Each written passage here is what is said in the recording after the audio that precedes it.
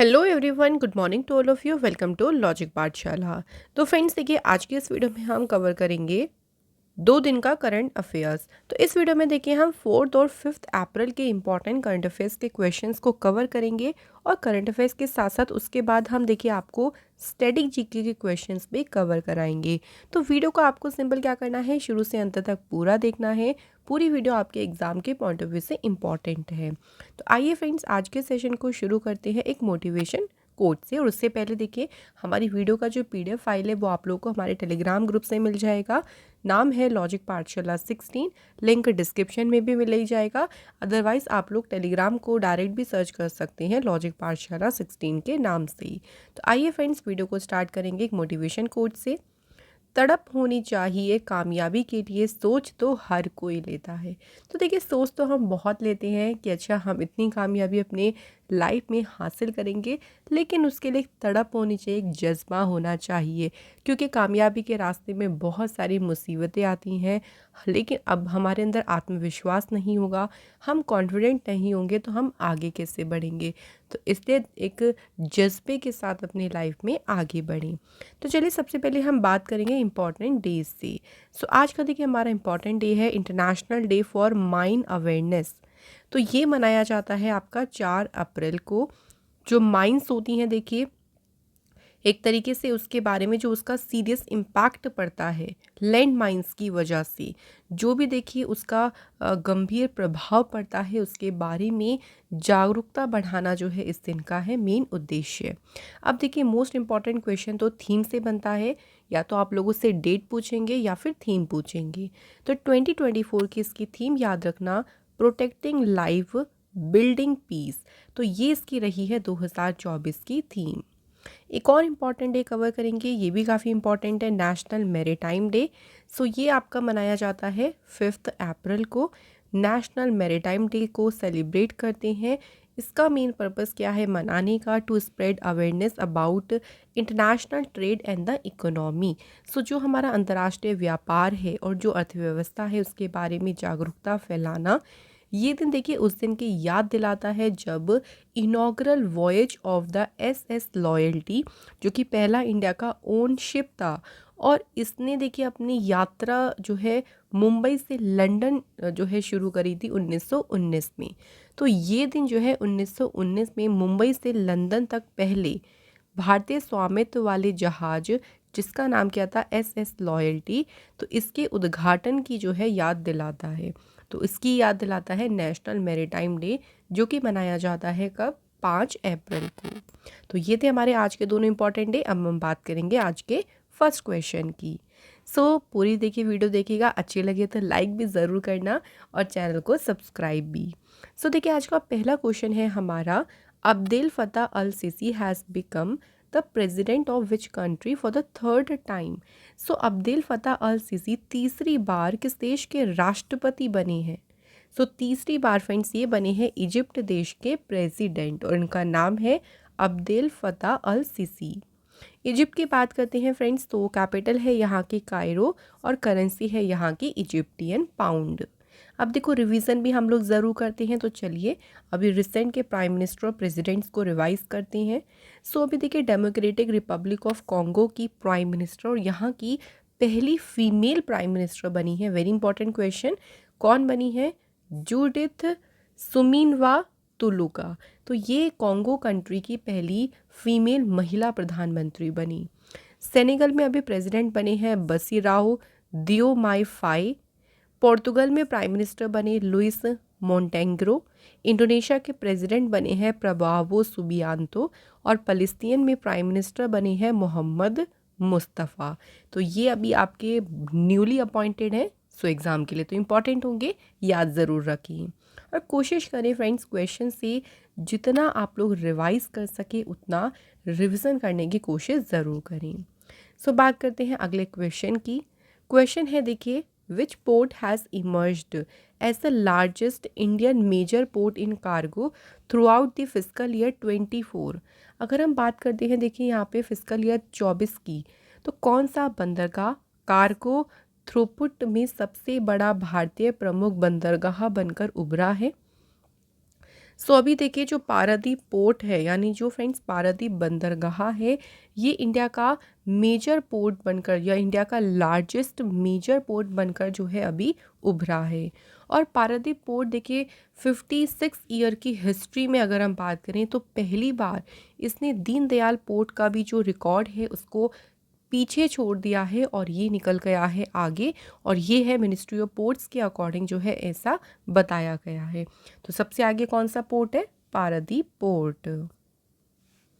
Next question देखिए, India will build its first privately managed strategic petroleum reserve by which year? Question में friends पूछा गया है कि भारत जो है किस वर्ष तक अपना पहला निजी तौर पर प्रबंधित रणनीतिक पेट्रोलियम रिजर्व का निर्माण करेगा। तो कब तक करेगा ये? आंसर इज 2029-30 तक। तो 2029-30 तक भारत जो है इस ये जो पहला प्राइवेटली मैनेज जो एसपीआर है, स्ट्रेटेजिक पेट्रोलियम रिजर्व है, इसका निर्माण करेगा। तो इंडिया प्लान कर रहा है देखिए 2 एसपीआर बनाने की। एक जो है ये होगा 18.3 मिलियन बैरल्स, इसकी जो है वो कैपेसिटी होगी, और ये बनेगा साउदर्न कर्नाटका स्टेट में। दूसरा बनेगा जिसकी कैपेसिटी होगी 29.3 मिलियन बैरल्स की, और ये उड़ीसा स्टेट में जो है इसको बिल्ड किया जाएगा। तो 2 बनाने की प्लानिंग कर रहा है इंडिया, और इसको कंप्लीट किया जाएगा 2029-30 तक। चलिए फ्रेंड्स नेक्स्ट क्वेश्चन की बात करते हैं। SJVN, देखिए ये ना एक कंपनी है देखिए जिसका पूरा नाम है सतलुज जल विद्युत निगम। तो इन्होंने अभी किस आईआईटी के साथ में एक MOU साइन किया है to improve tunnelling project performance.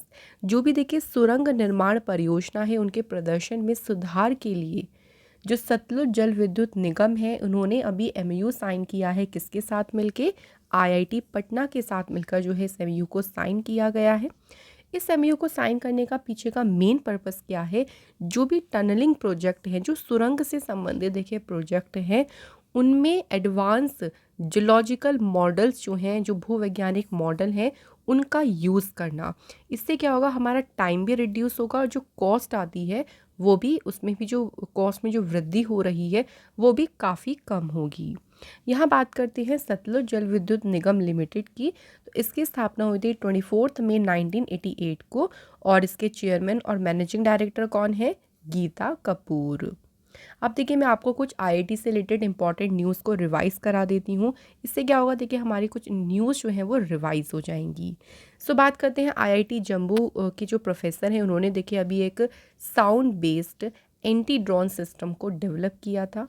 India का सबसे बड़ा देखिए ड्रोन पायलट ट्रेनिंग ऑर्गेनाइजेशन, इसे लॉन्च किया था आईआईटी गुवाहाटी ने। इसके बाद अलावा इरडा और आईआईटी भुवनेश्वर ने जो है एक MOU साइन किया फॉर क्लीन एनर्जी इनोवेशन को लेके। इंडिया का पहला hyper velocity expansion tunnel test facility, इस फैसिलिटी को डेवलप किया किसने? आईआईटी कानपुर ने। और आईआईटी गुवाहाटी ने कोलैबोरेशन किया है असम गवर्नमेंट की आरोहण स्कीम के साथ। तो ये न्यूज़ रही है फ्रेंड्स आईआईटी से रिलेटेड। अगला क्वेश्चन पे आते हैं फ्रेंड्स। क्वेश्चन है next, which ballistic missile was successfully tested by DRDO recently? So देखिए अभी क्वेश्चन में पूछे हाल ही में DRDO के द्वारा किस बैलिस्टिक मिसाइल का सफल परीक्षण किया गया है? रिसेंट DRDO ने अग्नि प्राइम का जो है सफल परीक्षण किया। एक और देखो क्वेश्चन यहाँ से बन सकता है कि अग्नि प्राइम का जो परीक्षण है ये कहाँ पे किया गया है? तो जो कोस्ट ऑफ उड़ीसा है, उड़ीसा का जो तट है वहाँ पे इसका परीक्षण किया गया, और इसके लिए जो हमारे डिफेंस मिनिस्टर हैं उन्होंने कॉन्ग्रेचुलेट भी किया DRDO को, और जो टेस्टिंग फोर्सेस थी जिन्होंने इसमें भाग लिया था उन सभी को बधाई भी दी। अग्नि प्राइम जो है ये 2 स्टेज की सरफेस टू सरफेस मिसाइल है।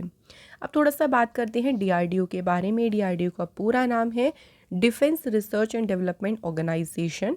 DRDO की फॉर्मेशन हुई थी 1958 में। हेडक्वार्टर्स का है न्यू दिल्ली में, और DRDO का मोटो क्या है? Strength origin is in science, यानी संस्कृत में कहेंगे बलस्य मूलम विज्ञानम। नेक्स्ट क्वेश्चन है फ्रेंड्स, देखिए अगला क्वेश्चन है, Barbara Rush passed away recently at the age of 97, who was she? तो देखिए ये कौन थी? बारबरा रश, जिनका भी निधन हो गया। कौन थी ये? तो बारबरा रश जो है एक्ट्रेस थी जिनका निधन हो गया है। ये अपने role it came from outer space और पेटन प्लेस, ये बहुत अच्छी मूवीज़ रही थी जिसमें उनके रोल के लिए बहुत ज़्यादा ये फेमस हुई थी और इन मूवीज़ के लिए उनको गोल्डन ग्लोब अवार्ड भी मिला था 1954 में। नेक्स्ट क्वेश्चन देखिए, Visvesvara Rao passed away recently at the age of 64, who was he. So बात करते हैं, देखिए यहाँ पे विश्वेश्वर राव जो है इनका भी 64 वर्ष की आयु में निधन हो गया। कौन थे? तो विश्वेश्वर राव कौन थे? अभिनेता, एक्टर थे। विश्वेश्वर राव ने अपना करियर जो है एज अ चाइल्ड आर्टिस्ट, एक बाल कलाकार के रूप में इन्होंने 6 साल की उम्र में अपने करियर की शुरुआत की थी। नेक्स्ट क्वेश्चन है, what is the name of the world oldest man that died recently at the age of 114। विश्व के सबसे बुजुर्ग व्यक्ति का क्या नाम है जिनका अभी हाल ही में 114 वर्ष की आयु में मृत्यु हो गई? तो इनका नाम क्या था? इनका नाम था जुआन विसेंटे पेरेस मोरा। सो ये वर्ल्ड के ओल्डेस्ट मैन थे अभी तक जिनका जो है निधन हो गया है। और इनको जो है वर्ल्ड के ओल्डेस्ट मैन का जो सर्टिफिकेशन है, जो प्रमाणन है, वो कब मिला था इन्हें? 2022 में। ये दुनिया के सबसे बुजुर्ग व्यक्ति के रूप में इनको प्रमाणित किया गया था। इनका जन्म हुआ था 27 मई 1909 को वेनेजुएला में। Next question, Kathiya wheat which has been recently given GI tag belongs to which state? देखिए काठिया गेहूँ, इसे अभी GI टैग दिया गया है, किस राज्य से संबंधित है? तो काठिया गेहूँ का संबंध किससे है? उत्तर प्रदेश से। सो GI टैग बहुत ज़्यादा इंपॉर्टेंट है। देखिए एग्ज़ाम के लिए हम आपको एक अलग से वीडियो भी देखिए इस पर प्रोवाइड करने वाले हैं जल्दी, जिसमें हम सभी इंपॉर्टेंट GI टैग्स को कवर करेंगे। सो काठिया गेहूँ जो है ये एग्रीकल्चर प्रोड्यूस है जो कि उत्तर प्रदेश के बुंदेलखंड रीजन से है और इसे GI टैग मिला है। GI टैग जो है फ्रेंड्स ये 10 साल के लिए जो है वैलिड होता है, उसके बाद इसको रिन्यू भी कराया जा सकता है। बात चलिए कुछ और GI टैग्स की बात करें, थोड़ा सा रिवीजन कर लेते हैं। कश्मीर सैफरन, ये प्रोडक्ट है जम्मू कश्मीर से। मणिपुरी ब्लैक राइस मणिपुर से है। कंधमाल हल्दी उड़ीसा। रसगोल्ला उड़ीसा। कोडाई कनाल मलाई पोंदू, ये प्रोडक्ट है तमिलनाडु का। मिज़ो पुआंचेई मिज़ोरम। गुलबर्ग तूर दाल, ये है कर्नाटका से। तिरूर बेटल लीफ, ये केरला से है। और खोला चिली जो कि है फ्रेंड्स गोवा से। तो ये प्रोडक्ट वो हैं जिनको जो है GI टैग दिया गया है। अगला क्वेश्चन देखिए फ्रेंड्स, नेक्स्ट क्वेश्चन है, restrictions have been imposed on pilgrims visiting the Ahobilam shrine, where is the Ahobilam shrine located? अभी देखिए जो अहोबिलम तीर्थ है ना, उस पे जाने वाले तीर्थयात्रियों पर प्रतिबंध लगाया गया है। अहोबिलम तीर्थ है कहाँ पे? तो ये फ्रेंड्स कहाँ पे है? आंध्र प्रदेश में। सो ये रेस्ट्रिक्शंस की बात करते हैं, किसने इम्पोज किया है? तो जो फॉरेस्ट डिपार्टमेंट है और जो श्री लक्ष्मी नरसिम्हा स्वामी देवस्थानम है, उन्होंने कुछ रेस्ट्रिक्शंस लगाए हैं विजिटर्स पे जो कि अहोबिलम श्राइन पर जो है विजिट करने वाले हैं। ये जो रेस्ट्रिक्शंस हैं वो इसलिए लगाए हैं गर्मी के कारण, क्योंकि यहाँ पे देखिए इंटेंस हीट वेव जो है बहुत ज़्यादा चल रही हैं और जंगली जानवरों की भी काफ़ी मूवमेंट यहाँ पे देखी गई है, जिसकी वजह से ये जो रेस्ट्रिक्शंस हैं, जो प्रतिबंध हैं, उनको लगाया गया है।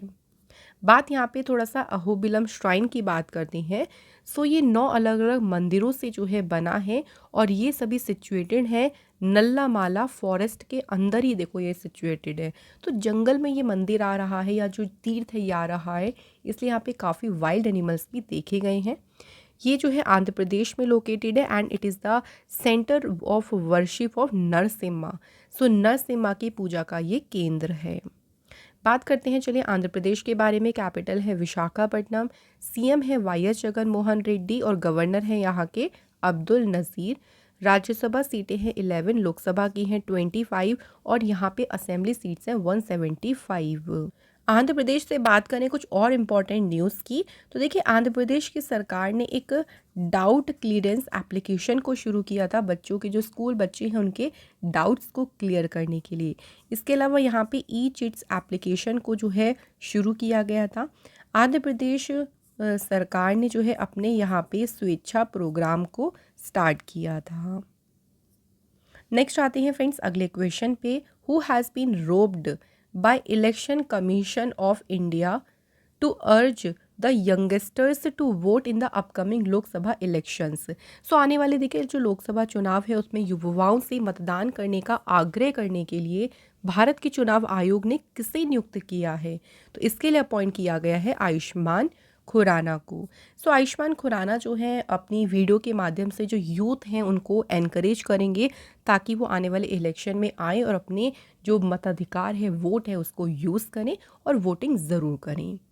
बात यहाँ पे थोड़ा सा करते हैं इलेक्शन कमीशन ऑफ इंडिया की, जिसकी स्थापना हुई थी 25 जनवरी 1950 को, इसलिए हम 25 जनवरी को वोटर्स डे मनाते हैं। हेडक्वार्टर नई दिल्ली में है। इलेक्शन कमीशन के पहले चीफ थे सुकुमार सेन, पहली वुमेन चीफ थी वीएस रामादेवी, और हमारे करंट में देखिए चीफ कमिश्नर कौन है? राजीव कुमार। और जो दो अदर कमिश्नर्स होते हैं वो हैं सुखवीर सिंह संधू एंड ज्ञानेश कुमार।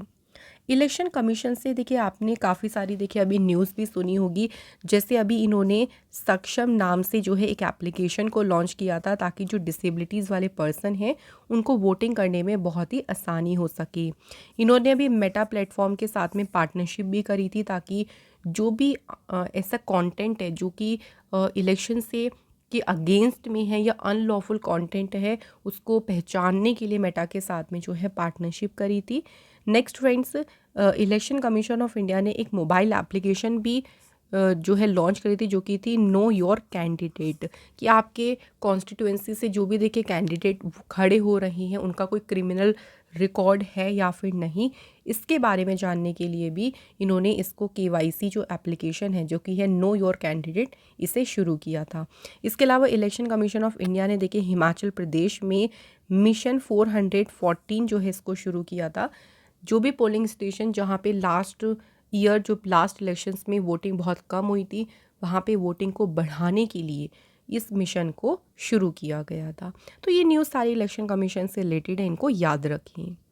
चलिए बात कर लेते हैं नेक्स्ट क्वेश्चन की। अगला क्वेश्चन है देखिए, who has assumed charge as the principal director general of the Press Information Bureau upon the superannuation of Manish Desai. तो मनीष देसाई की सेवानिवृत्ति यानी इनका टेन्योर खत्म हो गया। इसके बाद प्रेस सूचना ब्यूरो के प्रधान महानिदेशक के रूप में किसने कार्यभार संभाला है? तो इस पद पर अब अपॉइंट हुई हैं शेफाली शरण। शेफाली शरण जो है 1990 बैच की जो है इंडियन इंफॉर्मेशन सर्विस की ऑफिसर हैं। अब देखिए अपॉइंटमेंट को हम कुछ रिवाइज भी करने वाले हैं, जैसे कि अभी सेचाफ्लर इंडिया के एमडी सीईओ बने हैं हर्ष कदम। गुड ग्लैम ग्रुप के सीएफओ बने कमल लाथ। इसके अलावा ऑटोमोटिव टायर मैन्युफैक्चरिंग एसोसिएशन के चेयरमैन बने हैं अर्नब बनर्जी। जुडिशियल मेंबर लोकपाल ये अपॉइंट हुए हैं ऋतुराज अवस्थी, और यूपीएससी के डायरेक्टर बने हैं हंसा मिश्रा। नेक्स्ट क्वेश्चन आते हैं, एक्सिस कैपिटल ने देखिए अभी से अपना एमडी और सीईओ नियुक्त किया है। तो एक्सिस कैपिटल के देखिए एमडी और सीईओ कौन बने हैं? Answer is Atul Mehra. अतुल मेहरा जो हैं एक्सपीरियंस्ड डील मेकर हैं जिनको इस इंडस्ट्री में 30 साल से भी ज़्यादा का एक्सपीरियंस है। Next question, who has been appointed as a new president of ASSOCHAM. तो एसोचेम के देखिए अभी नए अध्यक्ष किसे नियुक्त किया है? तो इस पद पर अपॉइंट हुए हैं संजय नायर। संजय नायर जो है इन्होंने रिप्लेस किसे किया है? अजय सिंह को। एसोचेम देखिए इसका पूरा नाम है associate chambers of commerce and industry of India. इसकी स्थापना हुई थी कब? 1920 में, और हेडक्वार्टर इसका लोकेटेड है न्यू दिल्ली में। Next question, who has been appointed as a chief risk officer of Bank of Maharashtra. So बात करते हैं बैंक ऑफ महाराष्ट्र के मुख्य जोखिम अधिकारी के रूप में किसे नियुक्त किया गया है? तो इस पद पर कौन अपॉइंट हुए हैं? सुभाशीष रॉय जो है फ्रेंड्स ये अपॉइंट हुए हैं बैंक ऑफ महाराष्ट्र के चीफ रिस्क ऑफिसर। बैंकिंग और इंश्योरेंस सेक्टर में भी देखिए अपॉइंटमेंट्स को थोड़ा सा रिवाइज करते हैं। सो एक्सिस कैपिटल के देखिए एमडी सीईओ बने हैं Atul Mehra. Union asset management company के सीईओ बनी मधु नायर। एचडीएफसी बैंक के मोर्टगेज बिजनेस हेड बने हैं Sumant Rampal. Union bank of India के ईडी बने पंकज द्विवेदी, और न्यू इंडिया एश्योरेंस कंपनी के CMD बनी है गिरिजा सुब्रमण्यम। नेक्स्ट बात करते हैं अगले क्वेश्चन की। Who has been appointed as a chairman and managing director of the Konkan Railway Corporation Limited. So जो कोंकण रेलवे कॉरपोरेशन है इसके अभी देखिए अध्यक्ष और प्रबंध निदेशक के रूप में नियुक्त किसे किया गया है? संतोष कुमार झा। तो ये फ्रेंड्स अपॉइंट हुए हैं कोंकण रेलवे कॉरपोरेशन लिमिटेड के चेयरमैन। और फ्रेंड्स बात यहाँ पे करें संतोष कुमार झा की, तो ये friends Indian Railway Traffic Service officer हैं 1992 बैच की। अगला क्वेश्चन है which Indian weight lifter has clinched the bronze medal in the women's 55 kg event at the IWF World Cup. So देखिए अभी जो रिसेंट IWF वर्ल्ड कप हुआ है उसमें महिलाओं की 55 kg इवेंट में ब्रॉन्ज मेडल यानी कांस्य पदक किसने जीता है?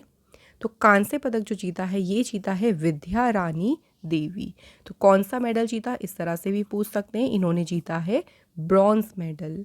सो टोटल इन्होंने लिफ्ट किया था 196 kg और इन्होंने जीता है ब्रॉन्ज मेडल। इस कंपटीशन में बात करें कि गोल्ड मेडल किसने जीता है? नॉर्थ कोरिया की कांग ह्योंग गुओंग। इन्होंने देखिए टोटल लिफ्ट किया था 234 kg और जीता है उन्होंने IWF वर्ल्ड कप में महिलाओं के 55 kg इवेंट में गोल्ड मेडल। सो फ्रेंड्स सारे हमारे जो भी इंपॉर्टेंट करंट अफेयर्स के क्वेश्चंस थे वो कंप्लीट हो गए हैं। अब बात करते हैं स्टैटिक जीके के क्वेश्चंस की। पहला क्वेश्चन देखिए, the term cherry picking is used in which sport. देखिए स्पोर्ट्स में काफ़ी सारे टर्म्स यूज़ होते हैं जो कुछ कुछ इंपॉर्टेंट भी होते हैं एग्जाम के लिए। जैसे बात करें चेरी पिकिंग, तो इस शब्द का प्रयोग किया जाता है किस खेल में? बास्केटबॉल में। नेक्स्ट क्वेश्चन है देखिए, who was the first Indian women to win an Olympic medal. Question में पूछा है ओलंपिक पदक जीतने वाली पहली भारतीय महिला कौन थी? सही आंसर है कर्णम मल्लेश्वरी। सो कर्णम मल्लेश्वरी जो है ये वेट लिफ्टिंग से इनका संबंध है और ये पहली इंडियन वुमेन थी जिन्होंने जीता था ओलंपिक में मेडल। और फ्रेंड्स इनको 1995 में रिसीव हुआ था राजीव गांधी खेल रत्न अवार्ड। इसके अलावा इनको 1999 में 1990 में पद्मश्री अवार्ड से भी सम्मानित किया गया था। नेक्स्ट क्वेश्चन है बथुकम्मा और बुनालू किस राज्य के त्योहार हैं? सो बथुकम्मा और बुनालू जो हैं फ्रेंड्स ये फेमस फेस्टिवल हैं तेलंगाना स्टेट की। नेक्स्ट है in which state is the Sarhul festival celebrated. Sarhul त्यौहार किस राज्य में मनाया जाता है? तो ये मोस्ट पॉपुलर फेस्टिवल है झारखंड स्टेट का। नेक्स्ट है which country is called the coffee bowl of the world. किस देश को विश्व का कॉफ़ी बाउल कहा जाता है? सबसे ज़्यादा वर्ल्ड में कॉफ़ी की बात करें तो देखिए ब्राज़ील में होती है, इसलिए से coffee bowl of the world कहा जाता है। तो यहाँ पे फ्रेंड्स हमारे क्वेश्चंस तो कंप्लीट हो गए हैं। अभी देखिए लास्ट हमने जो करंट अफेयर्स के क्वेश्चंस कवर करे थे उसके क्वेश्चंस को देखिए हम लोग एक बार ना रिवाइज कर लेते हैं। तो चलिए देखिए पहला क्वेश्चन हमारा क्या है, who has been appointed as a first women prime minister of Congo. तो अभी देखो हमने इसको रिवाइज भी किया था कि कॉन्गो की पहली महिला प्रधानमंत्री के रूप में नियुक्त किया गया है जूडिथ सुमिनबा तुलुका को। India has agree to help which country in promoting research and education in the Sanskrit language. तो इसके लिए भारत जो है मदद करने पर सहमत हुआ है नेपाल देश को। Recently how many traditional product from various region in India get GI tag. Bharat के अलग अलग क्षेत्रों से कितने पारंपरिक उत्पादों को GI टैग मिला है? Answer is 60। LCA Tejas MK first A इसने अपनी पहली उड़ान पूरी कहाँ से करी है? Answer is Bengaluru. नेक्स्ट है which company has been bestowed with the Skoch ESG award 2024। तो रिन्यूएबल एनर्जी फाइनेंसिंग कैटेगरी में ये अवार्ड किस कंपनी ने जीता है? तो राइट आंसर है REC लिमिटेड ने। Who has won the 2023 hockey India best women player of the year award. तो हॉकी इंडिया वर्ष की सर्वश्रेष्ठ महिला खिलाड़ी का पुरस्कार जीता है सलीमा टेटे ने। और यहीं अगर बात करते हैं men's player of the award, तो ये किसने जीता है? ये जीता है हार्दिक सिंह ने। सो फ्रेंड्स, हमारे सभी important questions, revision questions, strategy के क्वेश्चंस, करंट अफेयर्स के क्वेश्चंस कंप्लीट हो गए हैं। लेकिन अभी हम बात करेंगे 2 टेस्ट के क्वेश्चन की। सो रेगुलर हम देखिए आप लोगों से करंट अफेयर्स में 2 क्वेश्चन पूछते हैं, आप लोग आंसर ज़रूर किया करें इन क्वेश्चंस का। आज का हमारा पहला क्वेश्चन है, where is India's first oil palm processing unit started operation. तो क्वेश्चन में पूछा है भारत की जो पहली ऑयल पाम प्रसंस्करण इकाई है, इसका संचालन कहाँ पर शुरू हुआ है। और दूसरा क्वेश्चन है, किस राज्य सरकार ने निंगल नलमा योजना शुरू की है।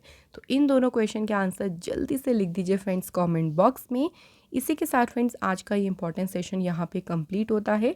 फ्रेंड्स, अगर आप हमारे चैनल को कुछ भी कंट्रीब्यूट करना चाहते हैं अपने अकॉर्डिंग, तो यहाँ से आप हमें कंट्रीब्यूट कर सकते हैं। सो फ्रेंड्स, इस वीडियो को एंड करेंगे, लेकिन आप लोगों से एक छोटा सा प्रॉमिस चाहिए कि अगर वीडियो आपको अच्छी लगी हो तो प्लीज़ लाइक ज़रूर किया करें, शेयर किया करें ज़्यादा से ज़्यादा।